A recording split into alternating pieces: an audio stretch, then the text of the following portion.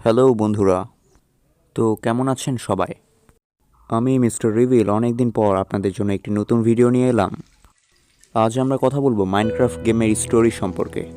সাধারণত এটা দেখতে একটা সিম্পল গেম, কারণ এখানে একটা সাধারণ ওয়ার্ল্ড থাকে যেখানে আমাদেরকে সার্ভাইভ করতে হয় এবং এন্ডার ড্রাগনকে মারতে হয়।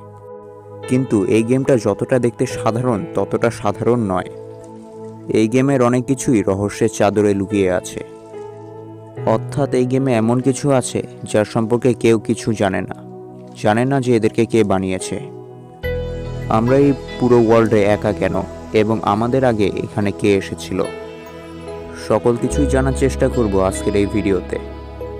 তার আগে যারা এই গেমটিকে খেলেনি তাদের জন্য আমি এই গেমটিকে আবার নতুন করে ইন্ট্রোডিউস করে দিয়েছি।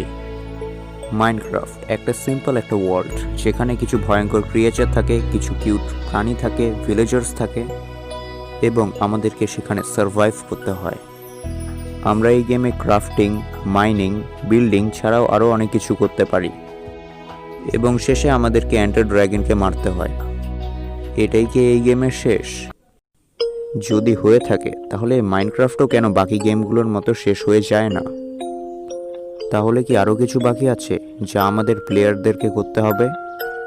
আর আমরা মাইনক্রাফট ওয়ার্ল্ডে একা থাকি কেন? আমাদের আগে কে এসেছিল এই ওয়ার্ল্ডে? আর এই সকল বড় বড় স্ট্রাকচারগুলোকে কে বানিয়েছে? আজকের ভিডিওতে আমরা এই সকল প্রশ্নেরই উত্তর জানব।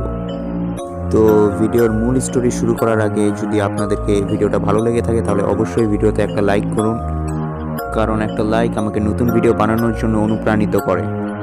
আর যদি চ্যানেলে নতুন হয়ে থাকেন তাহলে অবশ্যই চ্যানেলকে সাবস্ক্রাইব করে রাখুন, কারণ আমরা আমাদের চ্যানেলে এরকমই দুর্দান্ত ভিডিও বানিয়ে থাকি। ইন্ট্রো লাগাবো না, তো বেশি কথা না বাড়িয়ে ভিডিও শুরু করা যাক। তো মাইনক্রাফটের দুনিয়া প্রথমের দিকে পুরো খালি ছিল। এরপর একদিন সেখানে কিছু মানুষের জন্ম হয়। তারা তাদের চারপাশের জিনিসগুলোকে অবজার্ভ করে। এরপর তারা নিজেদের ক্ষুধা নিবারণের জন্য পশু হত্যা এবং ফল সংগ্রহ করা শুরু করে। তারা সময়ের সাথে সাথে মাইনিং এবং ক্রাফটিং শিখে যায়। তারা পশুদের মেরে যা জিনিস পেত তা সব ইউটিলাইজ করা শুরু করে দেয়। তারা প্রথম ডাস্টের ঘর বানিয়ে সেখানে থাকতে শুরু করে। পরবর্তীতে তারা উড এবং স্টোনের ঘর বানিয়ে সেখানে শিফট হয়ে যায়। এতদিনে তারা অনেক ভালো বিল্ডার হয়ে গিয়েছিল, তাই তারা দুনিয়ার বিভিন্ন জায়গায় বড় বড় স্ট্রাকচার তৈরি করে যেগুলো আজকে আমরা দেখতে পাই। কিন্তু তারা এই জিনিসগুলো করতে করতে বোর হয়ে গিয়েছিল, তাই তারা নতুন কিছু খুঁজতে থাকে। তখন তারা মাটির আরও গভীরে মাইনিং করার সিদ্ধান্ত নেয় নতুন কিছু ডিসকভার করার জন্য, এবং তারা মাটির নিচে মাইনিং করা শুরু করে দেয় এবং তারা মাটির অনেক গভীরে চলে যায়। তখন তারা চমক প্রদান একটা জিনিস দূর থেকে দেখতে পায়। তারা এটার কাছে যায় এবং এটাকে দেখে অবাক হয়, কারণ এটা ছিল লাভা যা তারা প্রথমবার দেখছিল। তখন তাদের মধ্যে একজন ভিলেজার ভুল করে সেই লাভার মধ্যে পড়ে যায় আর সে সকলের সামনে জ্বলে মরে যায়। তখন ভিলেজাররা বুঝতে পারে যে এটা খুবই ডেঞ্জারাস একটা জিনিস, তাই তারা বাকেটে করে তাদের সঙ্গে একটু লাভার স্যাম্পল উপরে নিয়ে যায়। তারা সেই লাভার উপরে অনেক রিসার্চ করে। এরপর তারা ভুল করে একটু ওয়াটার সেখানে কনভার্ট করে দেয়। তখন তা ম্যাজিক্যাল স্টোনে রূপান্তরিত হয়ে যায়, যার নাম ভিলেজাররা রাখে অবসিডিয়ান্স। ভিলেজাররা অবসিডিয়ান্সের উপরে অনেক রিসার্চ করে কিন্তু তারা কিছুই পায় না। ভিলেজাররা এটাকে একটা নর্মাল ব্লক ভাবে এবং তা দিয়ে বিল্ডিং বানায় এবং তাতে কিছু সৌন্দর্য অ্যাড করার জন্য সেখানে লাইট আপ করে দেয়। এরপর যা হলো তারা তা কখনো কল্পনাও করেনি। সেখানে একটা আলাদা দুনিয়াতে যাওয়ার পোর্টাল খুলে যায়, যার নাম নেদার সেফ কিনা তা পরীক্ষা করার জন্য তারা সেখানে কিছু পিক্সদেরকে পাঠায়। কিন্তু অনেক সময় চলে যাওয়ার পরেও সেই পিক্সরা আর ফিরে আসে না। তারা বুঝে যায় যে সেটা অনেক ডেঞ্জারাস জায়গা, তাই তারা এই জিনিসটার উপর আরও রিসার্চ করে। এরপর রিসার্চ করতে করতে তারা শেষ পর্যন্ত আবিষ্কার করে ইনচ্যান্টিং টেবিল। যখন তারা ইনচ্যান্টিং টেবিলের ব্যবহার করে তখন তাদের কাছে কিছু ম্যাজিক্যাল পাওয়ার এসে যায়। তারা সেই ম্যাজিক্যাল পাওয়ার দিয়ে নিজেদেরকে উন্নত করতে থাকে, কিন্তু এর কিছু ক্ষতিকর দিকও ছিল। ইনচ্যান্টিং ইউজ করার জন্য তাদেরকে নিজেদের কিছু সোল অর্থাৎ আত্মা দিতে হতো। এরপর যখন সবাই তা জানতে পারে তখন সবাই ইনচ্যান্টিং করা ছেড়ে দেয়। কিন্তু তাদের মধ্যে এমনও কিছু লোক ছিল যারা নিজেদের পাওয়ার বাড়ানোর জন্য ইনচ্যান্টিং করা ছাড়ে না, তারা লুকিয়ে লুকিয়ে ইনচ্যান্টিং করত। আর বাকি যারা ইনচ্যান্টিং করে নিজেদের আত্মাকে হারিয়ে ফেলেছিল তারা আবার নিজেদের আত্মাকে ফিরে পাওয়ার চেষ্টা করতে থাকে। তাই তারা আবার পোর্টাল বানায় আর সেখানে চলে যায়। সেখানে চারপাশে লাভা আর লাভা ছিল। তাদের যাতে রিসার্চ করতে কোনো সমস্যা না হয় তাই তারা নেদারে স্ট্রাকচার বানায় এবং সাথে কিছু পিক্সকেও নিয়ে যায়, কারণ নেদারে তো খাবার পাওয়া যায় না। এরপর তারা নিজেদের রিসার্চ শুরু করে। এরপর তারা খুঁজে পায় সোল স্যান্ড, যা তাদের কিছুটা অদ্ভুত মনে হয়। তাই তারা সেই স্যান্ড কালেক্ট করে রিসার্চ করা শুরু করে। সেই সময় তাদের কিছু সাথী মারা যায়, আর তারা যেখানে মারা যায় সেই জায়গাটার পুরো সোল স্যান্ডে রূপান্তরিত হয়ে যায় এবং ব্ল্যাক স্কেলেটরের মাথায় পরিণত হয়। তাদের মারা যাওয়া সাথীদের মধ্যে তাদের 3 জন কিছু বন্ধু ছিল। তাই তারা তাদের 3 জনকার স্কেলেটর নিয়ে তাদের নিজেদের দুনিয়ায় চলে আসে। তারা কোনো রকম তাদের বন্ধুদেরকে ফিরে পেতে চাচ্ছিল। তাই তারা সোল স্যান্ডের উপরে রিসার্চ করতে থাকে। তারা সেই সোল স্যান্ডকে একটি পার্টিকুলার প্যাটার্নে রাখে এবং তাদের সেই 3 বন্ধুর স্কেলেটরগুলো সেখানে লাগিয়ে দেয়। তখনই সেখানে একটা ব্লাস্ট হয়। সবাই ভাবে যে তাদের বন্ধুরা হয়তো জীবিত হয়ে গিয়েছে, কিন্তু সেটা একটা ভিটেলে পরিণত হয়। সেটা যাই সামনে পাচ্ছিল তাই সব কিছু ধ্বংস করে দিচ্ছিল।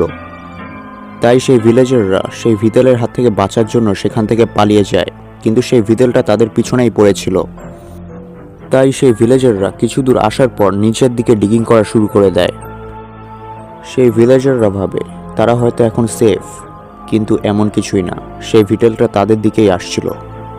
তখন তারা ভাবে যে আমরা যদি আমাদের দুনিয়া থেকে পোর্টালের মাধ্যমে নেদারে যেতে পারি তাহলে অবশ্য নেদার বাদ দিয়েও এখানে কোনো আলাদা ডাইমেনশন থাকতে পারে।